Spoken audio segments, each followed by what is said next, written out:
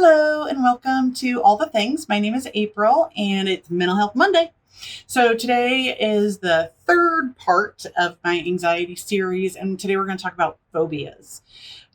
Phobias, wow. And again, a lot of the information that I'm using today. And if you ever want to look more into phobias, National Institute of Mental Health is a great place to go to. And their website is nimh.nim.gov. Yes, it is a government website, but they have a lot of really great information there. So I don't, if you have stuff about the government, just, look past that and go to their website because it's amazing. So, what is a phobia? A phobia is more than fear. I'm not going to lie to you. I am not a fan of wasps. One flew in the car, I think it was last summer. I'm looking over at my daughter who's sitting on her bed right now, just because I freaked out. Like, I was like, ah! Because a wasp came in the car and landed on my leg. And seriously, I was willing to kill us both because a wasp was sitting on my leg. And dumb. Anyway, it's not a phobia. It's just a stupid fear that I have. Phobias are so much stronger than fears. And people can have phobias of objects, situations. Like I just told you about a wasp, right? I don't have a phobia of that. I just don't like them. I don't really have a phobia of anything, but I have worked with people. And I guess I should say all of that. I am a licensed professional counselor. I got my degree in 1993. I am not in private practice currently. I do work for an organization supporting the military, Okinawa, woohoo, Kadena Air Force Base. Yeah, love it. Anyway, so and today isn't about you being able to diagnose yourself or anybody else with a phobia. It's not about treatment. It's not about any type of treatment planning. It's just to give you some information about a phobia. So there's that. Let's get back to it. So objects, situations. A lot of people are afraid to leave their house, right? We have agoraphobia. We have arachnophobia, right? Fear of spiders. So many movies on that. and I don't love spiders, but I could watch a movie. If it's called arachnophobia, right? I could watch a movie about spiders. I'm fine. Somebody with a phobia will not be able to watch a movie with spiders because in their mind, that fear is so strong that they could even imagine that somehow spiders will somehow attack them. And it's a real fear for them. It is heart palpitations. It is sweating. It is the inability to move. Phobias, like somebody who's afraid to leave the house, right? I mean, they may be like, yeah, I got it today. I'm dressed. I got my shoes on.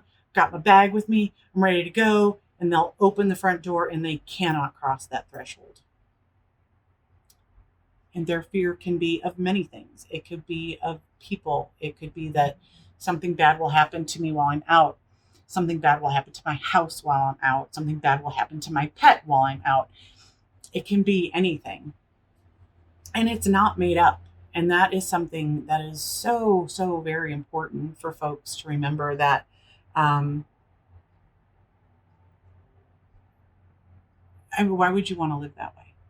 Right? So you're not going to make up something and pretend to struggle with something that is going to impede your life on such a scale. Again, we could talk about going up in an elevator.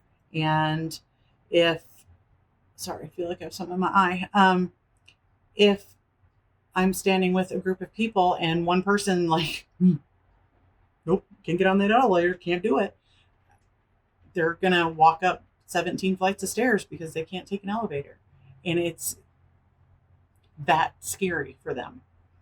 And again, and it can be different for everybody. And phobias, like I've said before in other videos, I'll put my anxiety videos up here in the cards somewhere. I can't remember which side it's on.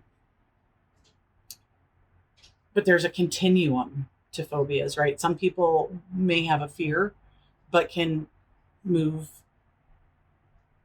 through it to maybe take an elevator up because it's 17 floors, right? But there are people that can't. And that's, I'm not judging that. That is where you are in your phobia, and it's hard and it's scary. And then, there are some people that can't even see the elevator because it evokes such fear in them. So, and we don't get to judge that because we're not the ones struggling with that. And again, it's real because nobody would choose to live like that. That's how we know it's real. That's how we know it's not made up. Because who would choose to walk up 17 flights of stairs? Okay, now actually I have a friend who probably would choose to walk up 17 flights of stairs because that's who she is. And if you ask me, that makes her a little bit wonkadoodie. But because I would not ever choose to do that. So just remembering that a phobia is very real for the person who is experiencing it. And it's life altering for them. I want to go to Walmart. I'm going to pick up my purse, put on my shoes, and I'm going to go to Walmart. For somebody with a phobia, and we don't even have to identify what the phobia is, but going to Walmart, maybe it's a phobia. They have a fear of leaving their house. Maybe it's a fear of being in public in a building, not like at an outdoor concert, but like with a group of people in a building. Maybe they have a fear of germs, and they like touching a cart is terrifying for them. And in the time of COVID, wow, the folks with severe germophobias, oh my gosh, my heart just breaks for them because it's so difficult to move through all of that, especially in this time. So if you are noticing that you're having a more difficult time doing certain things, feeling like you really have to plan before you can, say, go to Walmart, that you're not able to just pick up your bag and walk out the door, but you're like, no, okay, so I'm going to do this, and then I'm going to do this, and I'm going to wipe the cart down with this that I'm bringing, and then I am going to put my gloves on after that, and then I'm going to maybe you need to talk to your PCP. Call your primary care provider. Talk with them about what's real for you right now, and be really honest with them. They can get you help.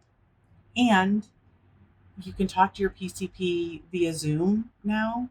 You can, a lot of times, call them just on the phone or go into the office and, sit down with them. But whatever way you contact them, be honest, be vulnerable, be real, because they can't help you.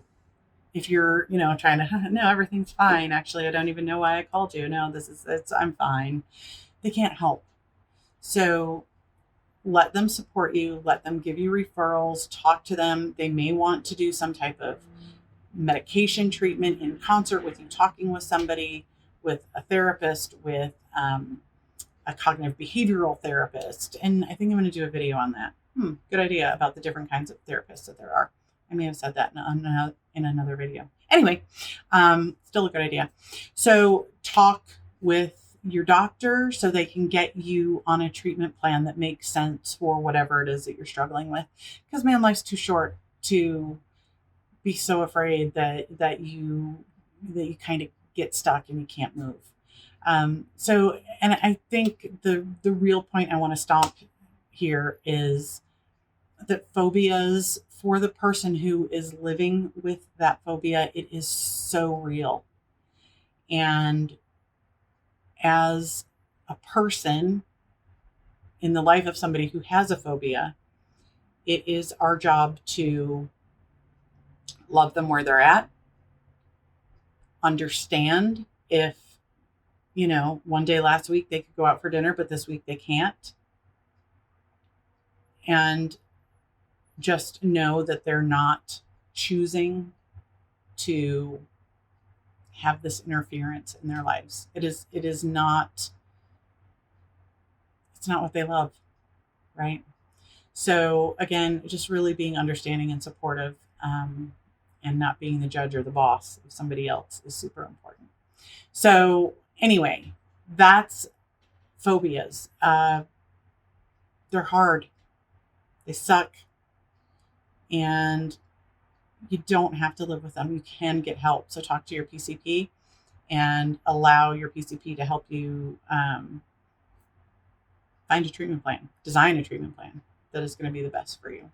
So thanks for hanging out with me today. And I'll see you next week on Mental Health Monday. Be blessed. Bye-bye.